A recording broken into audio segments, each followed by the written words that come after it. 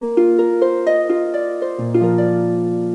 Friends, मैं हूँ प्रियंका। स्वागत है आपका प्रियंकास फूड मंत्रा में। दोस्तों, आज हम बनाएंगे गुलाब जामुन। गुलाब जामुन का नाम सुनते ही सबके मुंह में पानी आ जाता है और गुलाब जामुन के बिना सारी पार्टी, शादियाँ और सारे जो फेस्टिवल हैं वह अधूरे हैं। तो चलिए आज हम गुलाब जामुन बनाना सीखेंगे। गुलाब जामुन बनाने के लिए सबसे पहले हम चाशनी बनाते हैं। चाशनी बनाने के लिए मैंने एक बर्तन गैस पर गर्म करने रख दिया है। उसमें 1.5 कप चीनी डाल दी है और हम इसमें 3 कप पानी डालेंगे। जैसे हमने 1.5 कप चीनी डाली तो उसमें उसका डबल हमें पानी डालना है। अब हम चीनी को इस तरह से चलाते हुए मेल्ट कर लेंगे। फिर मैं इसमें डालूँगी 1/2 टीस्पून रोज़ वाटर। अब गुलाब जामुन है तो गुलाब जल तो डलेगा ही। फिर मैंने 1/2 टीस्पून इसमें क्रश करके इलायची डाल दी है और मैंने 1/4 टीस्पून इसमें केसर डाल दिया है। अब हम सारी चीज़ों को अच्छे से मिक्स कर बॉईल करेंगे। देखिए, इस तरह से आपको चलाते रहना है चाशनी को और इसे मीडियम आंच पे ही आपको बॉईल करना है जब तक कि चाशनी थोड़ी सी स्टिकी या हाथों में आपको लेने पे चिपकने नहीं लगती, तब तक आपको इसे उबालना है। आपको इसे ज़्यादा गाढ़ा नहीं करना है क्योंकि चाशनी ठंडी होने के बाद और भी ज़्यादा गाढ़ी हो जाती है। चलिए इसे चेक कर लेते हैं। देखिए, हाथ में लेने पर दोनों उंगलियों के बीच में चिपक रही है। इसका मतलब यह है कि हमारी चाशनी रेडी हो गई है। चलिए अब हम गुलाब जामुन की जो बॉल्स है वो रेडी कर लेते हैं। इसके लिए मैंने 250 ग्राम या मावा एक बड़े बर्तन में ले लिया है।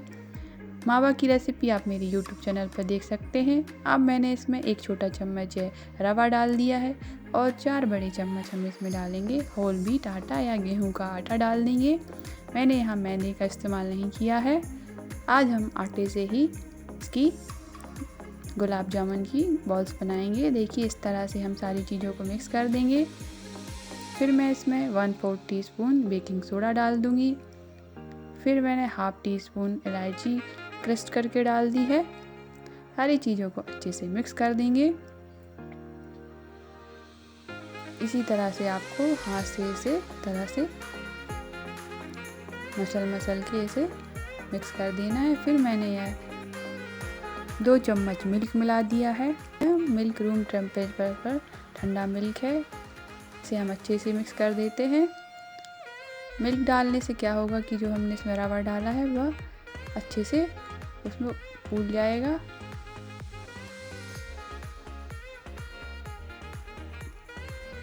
अब हम इसे 20 मिनट के लिए रेस्ट करने के लिए रख देते हैं। 20 मिनट के बाद हम देखते हैं कि आटा अच्छे से सेट हो गया है। हम इसे अच्छे से मिक्स कर लेते हैं एक बार और।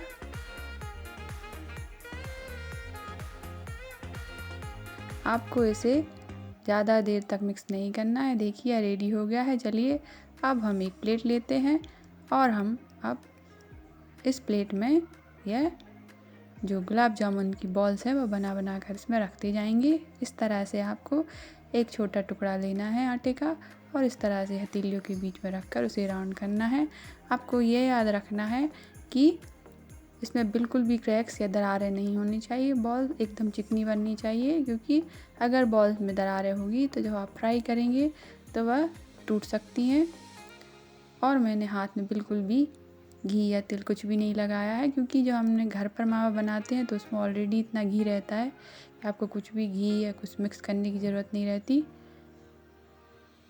देखिए, इस तरह से आपको समान आकार की एकदम चिकनी ये बॉल्स बना लेनी है। आपको इस पर ज़्यादा प्रेशर डाल के नहीं राउंड करना है। बिल्कुल हल्के हाथ से आपको इस तरह से बीच में लेके इसे घुमा के बॉल्स बनानी है।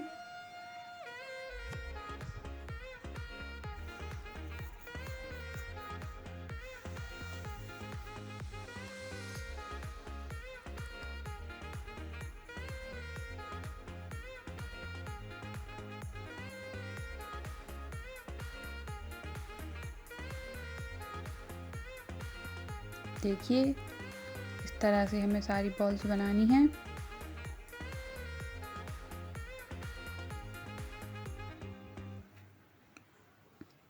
ये हमारी बॉल्स रेडी हो गई हैं। अब मैं एक दो थोड़े लंबे आकार में भी ये पीसेस बना लूँगी इस तरह से।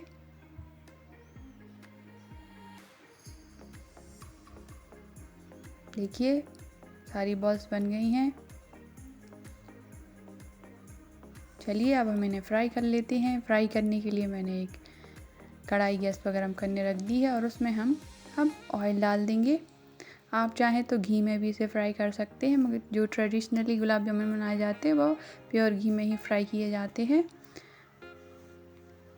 अब हमने इसे स्लो और मीडियम आंच पर गैस पर रखा था और तेल गरम हो गया है। तेल को हमने चेक कर लिया है, उसमें छोटी सी एक लोई डाली थी, वह ऊपर तैर कर आ गई है। इसका मतलब यह है कि वह ऑयल हमारा अच्छा गर्म हो गया है और हमने इसमें अब यह बॉल डाल दी हैं। अब इस तरह से हम चम्मच से इसे थोड़ा सा हिला देंगे जिससे कि बॉल्स एक दूसरे से चिपके नहीं और वह अच्छे से फ्राई हो जाएं।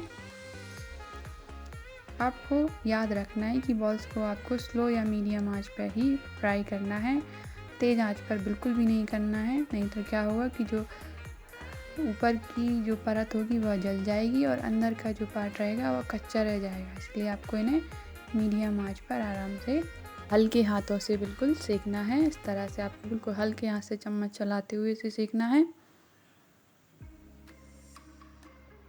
देखिए हल्के गोल्डन ब्राउन होने लगे हैं। अब हम इन्हें इस तरह से पलट कर चारों तरफ से, या जो उसका पूरा सर्कल है पूरी चारों तरफ से एक सा जब तक कलर नहीं हो जाता तब तक इन्हें इसी तरह से पलट कर सेकते रहेंगे।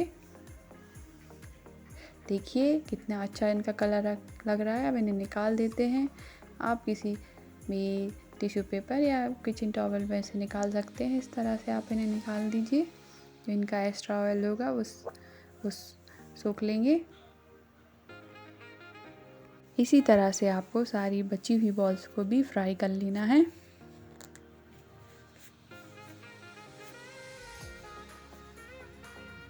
इस प्रोसेस में 6 से 7 मिनट का टाइम लगेगा।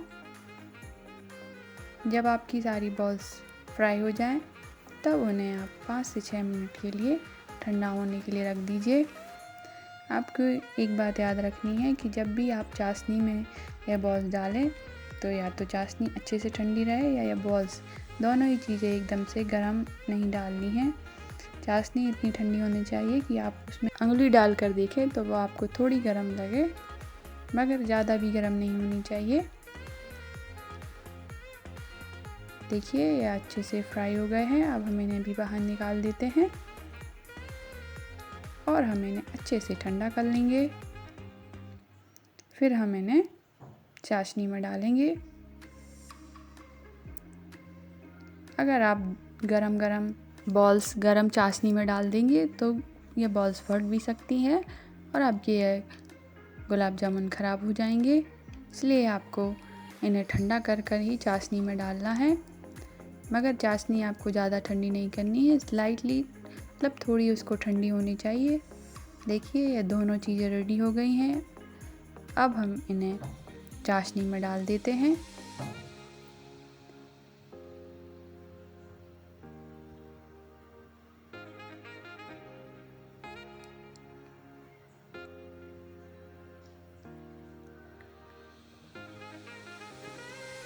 इस तरह से आप हल्के हाथ से इन्हें दबाकर